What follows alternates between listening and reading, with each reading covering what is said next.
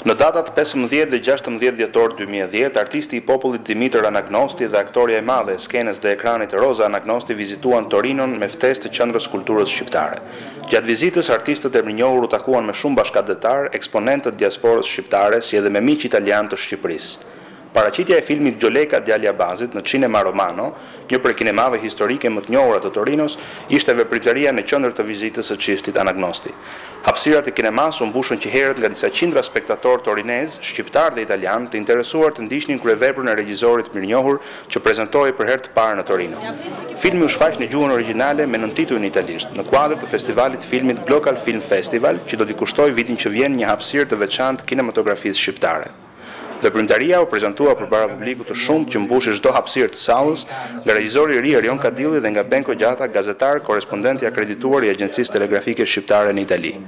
Organizatorët theksuan rëndësinë e jashtëzakonshme të punës së Anagnostit në krijimin dhe pasurimin e përvojës kinematografike shqiptare.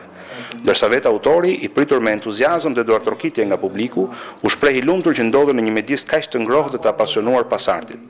Në radhë të parë dëshiroj të falenderoj nismëtarët e kësaj veprimtarie kulturore, tha ai, që na mundsuan këtë kontakt përmes filmit Gjoleka djali i Abazit. Njëkohësisht, vijoi autori, ju jam mirënjohës të gjithëve për praninë tuaj këtu dhe shpresoj që Gjolekën djalin e Abazit me gjithë prapësitë e veta ta falni, ta justifikoni në rrugtimin e tij për të shndruar në një qytetar të botës.